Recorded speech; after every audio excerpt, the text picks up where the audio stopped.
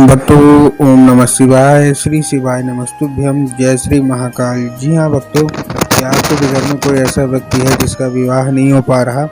आप लोग बहुत ज़्यादा परेशान हैं उसके विवाह के लिए कि आखिरकार इस व्यक्ति का जो विवाह है वो हो क्यों नहीं पा रहा। आपको समझ में भी नहीं आ रहा कि आखिर ऐसी कौन सी दिक्कत है, कौन सी समस्या है जिसके कारण इसका जो विवाह है ना उसमें अड़चनें आ रही हैं। तो आज का ये वीडियो मात्र और मात्र आपके लिए है। क्या करना है, कैसे करना है, पूरा का पूरा आपको समझाने वाला हूँ। अच्छे तरीके से आपको बताने वाला हूँ कि आपको करना क्या है। तो बस उपाय ध्यान से सुन के अच्छे से करिएगा ज़रूर। अगर आपने आज का ये उपाय ध्यान से सुन के और अच्छे तरीके से कर लिया तो आपकी सारी की सारी इच्छा, सारी की सारी मनोकामना पूरी होगी ही होगी, ठीक ना। तो आज का ये उपाय आपके लिए है। अगर आपके घर में कोई भी ऐसा व्यक्ति है जिसका विवाह नहीं हो पा रहा तो बस आपको आज का ये उपाय ध्यान से और अच्छे तरीके से कर लेना है। देखिए, पूज्य गुरुदेव की जो कथा होती है ना, जैसा कि आपको पता होगा कि पूज्य गुरुदेव की कथा में लाखों की भीड़ आती है। कैसी भीड़ आती है? लाखों की भीड़ आती है। और जब गुरुदेव की कथा में लाखों की भीड़ आती है तो वहाँ ज़्यादातर जो भक्त होते हैं ना वो क्या करते हैं, पत्र के द्वारा, किसके द्वारा? पत्र के द्वारा अपनी मनोकामना गुरुदेव तक पहुँचाते हैं। तो अभी गुरुदेव की कथा चल रही थी, आज से 4 से 5 महीना पहले की बात है। गुरुदेव की कथा चल रही थी और गुरुदेव की कथा में लाखों की भीड़ आई। अब जब गुरुदेव की कथा में लाखों की भीड़ आई तो वहाँ ज़्यादातर जो भक्त थे ना उन्होंने क्या किया, पत्र के द्वारा अपनी मनोकामना गुरुदेव तक पहुँचाई। अब जब गुरुदेव के पास पत्र पहुँचा और गुरुदेव ने पत्र पढ़ा तो वहाँ गुरुदेव ने देखा कि ज़्यादातर जो भक्त हैं उनकी क्या है, केवल और केवल एक ही मनोकामना है। क्या मनोकामना है कि गुरुदेव, हमारा जो बच्चा है उसका जो मन है ना वो मतलब विवाह में बिल्कुल भी नहीं लग रहा और उसका विवाह हो भी नहीं रहा। हमने बहुत ज़्यादा प्रयास कर लिया उसके विवाह के लिए कि उसका जो विवाह है वो हो जाए, लेकिन कोई ना कोई अड़चन, कोई ना कोई समस्या आ रही है जिसके कारण उस व्यक्ति का जो विवाह है वो होने का नाम ही नहीं ले रहा। कृपया करके कोई उपाय बता दे।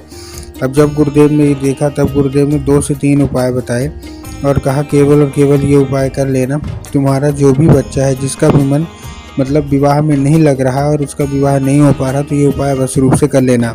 उस पत्र में ये भी था कि गुरुदेव, उसकी जो हमारे बच्चा है ना उसकी जो उम्र है वो भी धीरे धीरे करके गुजरती जा रही है। मतलब कोई 30 साल का हो गया है, कोई 35 साल का हो गया है, कोई 40 साल का हो गया है, यहाँ तक कि 45 साल तक के भी लोग हो गए हैं, लेकिन उनका जो विवाह है वो नहीं हो पा रहा। कृपया करके कोई उपाय बता दें। अब जब गुरुदेव ने देखा तब गुरुदेव ने 2 से 3 उपाय बताए और कहा केवल और केवल ये उपाय कर लेना, जो कोई भी है सदस्य आपके घर का जिसका भी विवाह नहीं हो पा रहा ना, अवश्य रूप से उसका जो विवाह है वो अवश्य रूप से होगा ही होगा। अब जब गुरुदेव ने उपाय बताया तो लोगों ने जा जाके इस उपाय को घर में करना शुरू कर दिया। अब जैसे ही लोगों ने जा जाके इस उपाय को घर में करना शुरू कर दिया, वही लोग गुरुदेव की कथा में मात्र 1 से 1.5 महीने के बाद वापस आए।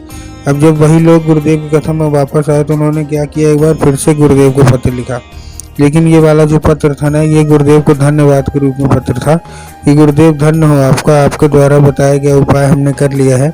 हमारी सारी की सारी जो इच्छा थी ना, सारी की सारी जो मनोकामना थी वो पूरी हो गई है। आपके द्वारा बताए गए उपाय से ही हमारे घर में जिस व्यक्ति का विवाह नहीं हो पा रहा था उसका विवाह पक्का हो गया है और ये केवल और केवल आपके द्वारा बताए गए उपाय से हुआ। तो आपका कोटि कोटि धन्यवाद। तो देखिए, जो लोग भी मेरी आवाज़ अभी सुन रहे हैं ना, अगर आपको भी जानना है कि आखिर ऐसा कौन सा उपाय है जिसको करने मात्र से सारी इच्छा मनोकामना पूरी हो जाती है, तो चलिए हम बताते हैं आपको आज की इस वीडियो के माध्यम से कि आखिर वो कौन सा उपाय है। तो बस उस उपाय को आपको ध्यान से सुन के अच्छे से करना ज़रूर है।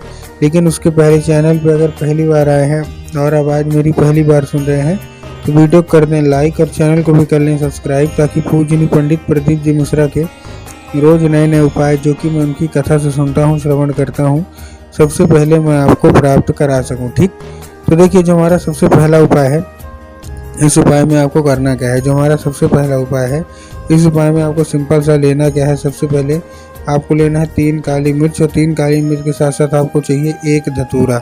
क्या क्या चाहिए, फिर से बता रहा हूँ, 3 काली मिर्च चाहिए और 1 धतूरा चाहिए। अब देखिए, काली मिर्च और काली तिल में ना बहुत सारे लोग कंफ्यूज हो जाते हैं, काली तिल लें कि काली मिर्च लें। तब गुरुदेव ने साफ साफ बताया कि आपको क्या लेना है, आपको लेना है काली मिर्च। ठीक, तो आपने ले लिया काली मिर्च। काली मिर्च लेने के बाद आपको करना क्या है, जैसे आपने काली मिर्च लिया, काली मिर्च लेने के बाद आपको चाहिए 1 धतूरा और अपने उसी व्यक्ति को दे दीजिए जिसका विवाह नहीं हो पा रहा। ठीक, दे दिया आपने।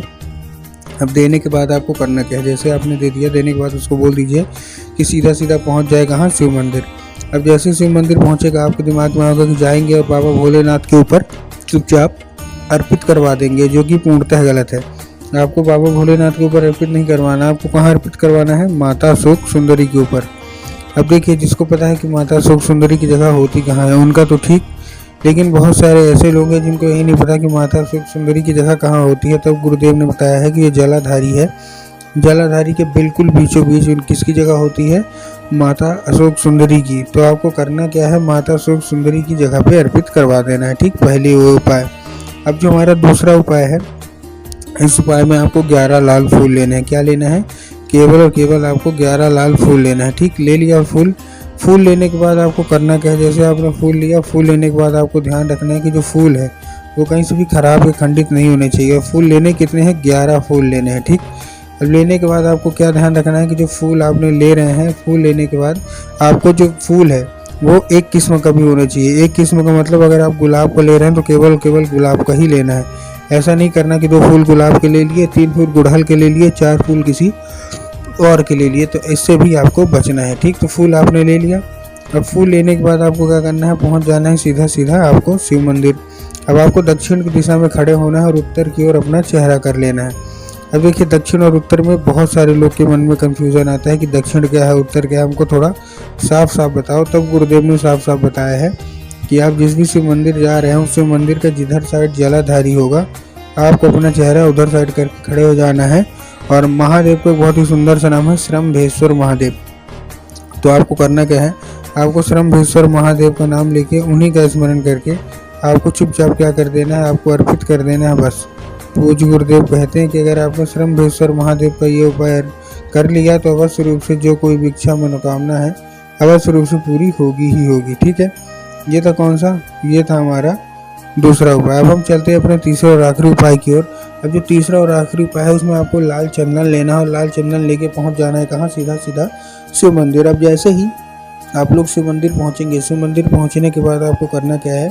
मैंने अभी आपको एक जगह बताई थी माता सुख सुंदरी की, जो कि जलाधारी के बीचों बीच होती है, ठीक है।